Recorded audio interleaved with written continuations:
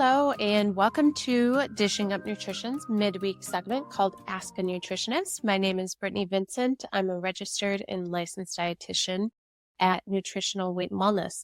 Today's show, I am going to be addressing a topic I see pretty frequently with my clients, and that is low hemoglobin.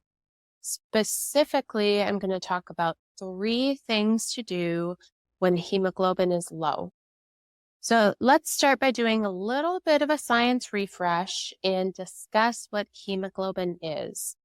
Hemoglobin is an iron-rich protein found in our red blood cells, and it's responsible for transporting oxygen throughout the body. And it's what gives blood its red color. That hemoglobin is going to bind to oxygen in the lungs and release it to our tissues and organs. Then it's used for cellular respiration. So hemoglobin is so important for our body. And as you can imagine, if it's low, it can really impact how we're feeling. And when we talk about causes of low hemoglobin, the most common cause of low hemoglobin is iron deficiency. So that's what I'm going to be focusing today's episode on, is low hemoglobin that's caused by iron deficiency specifically. Iron absorption is crucial for producing hemoglobin in the body.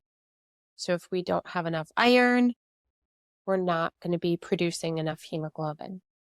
So once you discover you have low hemoglobin, work with your doctor to determine if it's caused from iron deficiency or something else. Symptoms of low hemoglobin from iron deficiency include weakness, tiredness, headache, hair loss, paleness, chills, bleeding, weight loss, shortness of breath, dizziness, and fainting. I think the most common symptoms that I see from people are the shortness of breath, the dizziness, and the fatigue. So you've identified you have low hemoglobin and it's from iron deficiency. I would then make sure to work with your doctor to identify if there isn't a more serious medical reason for this. But if your doctor doesn't find anything and you're told to just take an iron supplement and then retest, then today's episode is for you, because I have some additional things to consider. Because yes, you could be taking iron ongoing, and that's going to fix the problem in the sense that it's going to increase your hemoglobin, but it's not addressing the root cause of what's actually causing the low hemoglobin and the iron deficiency. And I think there's really typically 2 main reasons why people have low hemoglobin from iron deficiency. Either they're not eating enough iron-rich foods, or they're not absorbing the iron-rich foods they're eating very efficiently. And so the 3 things that I'm going to be talking about to do when hemoglobin is low is eat more iron-rich foods, do a trial of gluten-free, and assess if you have low stomach acid. I do want to mention another reason that can cause low hemoglobin and iron deficiency that I'm not going to be diving into. And it's if you are a woman, a menstruating woman, and you have heavy periods, that can cause iron deficiency. And if that's the case, you're working with a nutritionist, we could help to improve your overall cycle and specifically reduce the flow of your periods. And all these things that I have mentioned, these are not necessarily going to solve all the cases of low hemoglobin from iron deficiency, but the 3 that I'm addressing today are the most common ones that I see. So let's dive into the 3 things to do when hemoglobin is low from iron deficiency.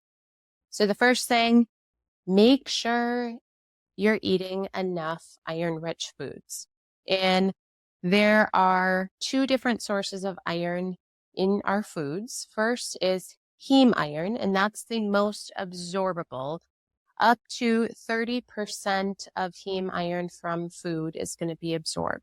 And that's far more than plant sources. So Meat, fish, and poultry are going to be the primary sources of heme iron. Non-heme iron are going to include eggs, beans, lentils, nuts, seeds, and dark leafy green vegetables. And only 2 to 20% of non-heme is absorbed. Eating the meat, fish, poultry is really going to be the best bet to increasing your hemoglobin. Now, if you are consuming some of these non-heme sources, consuming them with vitamin C can actually increase the absorption. And great vitamin C sources would be citrus, red, yellow, and orange peppers, and tomatoes. So if you're having a salad with dark leafy greens, include a squirt of lemon juice on there, or include some tomatoes or some yellow peppers, and that vitamin C is going to help to increase the absorption of the iron from dark leafy green veggie. The second thing I'm going to talk about is do a trial of gluten-free. Before doing this, if you haven't already, it would be a smart idea to get tested for celiac disease, because you do need to be consuming gluten to get an accurate celiac test result. And the initial test is a blood test, so pretty quick, and you can do that through your doctor. And celiac is an autoimmune condition that requires you to be 100% gluten-free. And I did a different Ask a Nutrition episode on gluten sensitivity versus celiac in October of 2024. So I take a much deeper dive into that topic in celiac. So you can listen to that one for more information. If you do have celiac, your villi, which are finger-like structures in your intestines, are going to be flattened. And this is going to create malabsorption, which will result in nutrient deficiencies. Basically, you are not able to absorb the nutrients from the food that you're consuming. A gluten sensitivity, on the other hand, isn't going to flatten and damage the villi as severely, but it can still damage them enough to affect our absorption of nutrients. So your celiac test was negative, then it would still be worth exploring trialing gluten-free and see if you have a gluten sensitivity. Because once gluten is removed, the gut will be able to heal. Then you can start to absorb iron more effectively, leading to an increase in hemoglobin levels.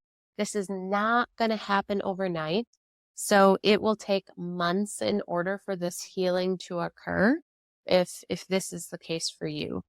Other signs of gluten sensitivity can be digestive issues, constipation, diarrhea, stomach aches, cramping. You may not necessarily have digestive symptoms if you have a gluten sensitivity. It could affect your mood or your energy more so. It can also cause skin issues. There are various different signs of gluten sensitivity, but if you remove it from your diet 100% for at least a few weeks and you feel better, well, then that is a sign you do have a gluten sensitivity. But again, it's going to take longer than a few weeks of being gluten-free to be able to start absorbing iron from your food more efficiently. The third reason I'm talking about today is assess if you have low stomach acid. And if so, consider supplementing with a digestive enzyme that contains hydrochloric acid. So believe it or not, many people have low stomach acid, not too much stomach acid. And there's various reasons for this that include age, antibiotic use, stress. A big one is antacids. This could be a prescription, or it could just be taking a lot of over-the-counter Tums or other over-the-counter medication that's going to reduce your stomach acid. And low stomach acid can lead to low hemoglobin, specifically because stomach acid is crucial for the proper absorption of iron from food. And without sufficient acid, the body can't effectively extract the iron needed to be able to produce hemoglobin. So some signs that you have low stomach acid, you've been on some sort of antacid medication for an extended amount of time, you see food particles in your stool, you feel bloated and heavy, particularly after eating meat. I did another episode on digestive enzymes, and I took a deep dive into low stomach acid in that episode in more detail. So you can listen to that one for more information. But if you do resonate with this, consider taking a supplement that contains betaine HCl, like key digestive enzymes. And this also has enzymes in it to help to break down fat, carbohydrate, and protein, in addition to some herbs that are actually going to tell your body to make more stomach acid. It also contains some herbs that will tell your body to stimulate your own production of stomach acid, and you can take 1 to 2 of those with a meal. To recap today's episode, once you identify you have low hemoglobin, work with your doctor to determine if iron deficiency is the cause, and if there's a more serious medical condition that may explain this. If your low hemoglobin is caused by iron deficiency and there was not an underlying reason identified by your doctor, the 3 things that to do when your hemoglobin is low: first, eat more iron-rich foods. Secondly, do a trial of gluten-free.